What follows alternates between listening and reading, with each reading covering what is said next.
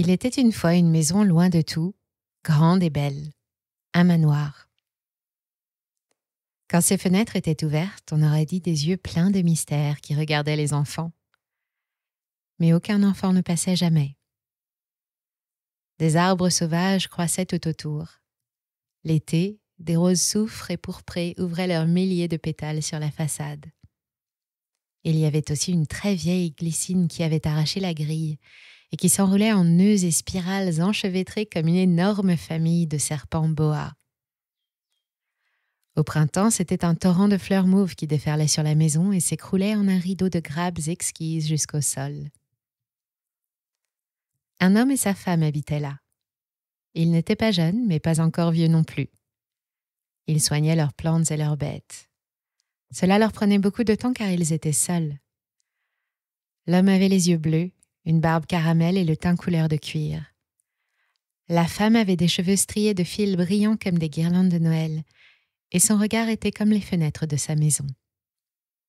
Elle portait le plus souvent un tablier noir avec des petites fleurettes beige imprimées et une bavette sur sa jupe bleue. Il y avait une grande poche devant au milieu du tablier. Mais une fois l'an pour les fêtes, elle passait une robe de dentelle très ancienne. Elle déployait ses cheveux et elle avait l'air tout d'un coup d'une dame de manoir des légendes d'autrefois. L'homme mettait aussi un habit avec des revers de soie, mais personne ne venait jamais à ses fêtes. Ils s'aimaient. La maison était aussi douce qu'un soir d'automne. Au cours des ans, la femme avait passé tant de cire sur les parquets qu'ils étaient dorés. La table, les chaises, la corbeille à ouvrage avaient l'air d'être en bois de violon.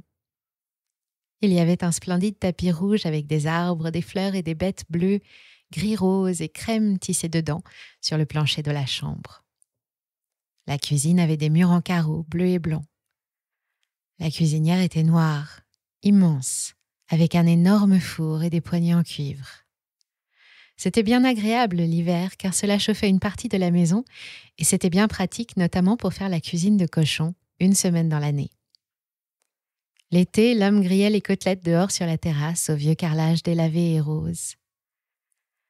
La fumée chassait un moment les abeilles qui habitaient 6 ruches de paille tressées au bout du jardin, leurs portes ouvertes vers l'est et la grande forêt. Il n'avait jamais eu d'enfant. La femme en pleurait parfois encore toute seule le soir, quand le temps de Noël revenait et qu'elle pensait aux maisons d'autrefois, à la lumière de l'arbre enchanté qui lui paraissait magique avec le recul des ans. Parfois, elle contemplait le tapis de sa chambre, rouge comme la joie, avec ses bêtes tissées dedans, et les parquets blonds comme le miel, sur lesquels aucun désordre de joujoux et de vieilles boîtes n'avait jamais été dispersé. Elle regardait les rideaux qui frémissaient dans le premier vent du printemps, aux fenêtres ouvertes comme des voiles de mariée, et qui n'avaient jamais été froissés par aucune petite main sale. Elle regardait sa cuisine si propre avec les carreaux étincelants, et dans la salle les livres qui faisaient un beau mur de savoir humain. La cheminée, le guéridon avec la pipe de l'homme et son pot à tabac, et sa corbeille à ouvrage à elle, où l'on apercevait des corolles de fleurs qu'elle brodait sur une nappe comme des crocus rosés sur un pan de neige.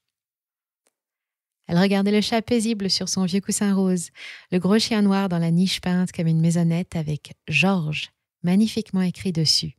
Georges était le nom du chien. Et les fleurs qui balançaient leur tête pure dans la brise sous les branches silencieuses. Tout cela qui n'avait jamais été troublé par aucun caprice, par aucun cri d'enfant. Chaque soir, la femme posait une jatte bleue, un peu écaillée au bord, avec du lait tiède dedans contre le mur couvert de chèvrefeuilles sur le côté de la maison, pour les hérissons qui laissaient de petites crottes, le matin, comme trace de leur passage. Mais dans la nuit, ils s'étaient gavés de vers, de larves, de hannetons, de serpents et d'insectes nuisibles. Elle balayait en souriant, regardait les nids dans les feuilles entrelacées de la glycine et poussait un soupir. Après dîner, l'homme tirait du tabac du gros pot avec des dessins de dragons chinois bleus et jaunes. Il bourrait sa pipe dont le tuyau d'ambre, de la même couleur que le pelage du chat, avait l'air d'être en cire translucide. La fumée s'élevait dans une odeur de miel grisante et la femme se mettait à broder un délicat pétale avec des fils de soie écarlate et des fils de soie rose pêche sur la nappe.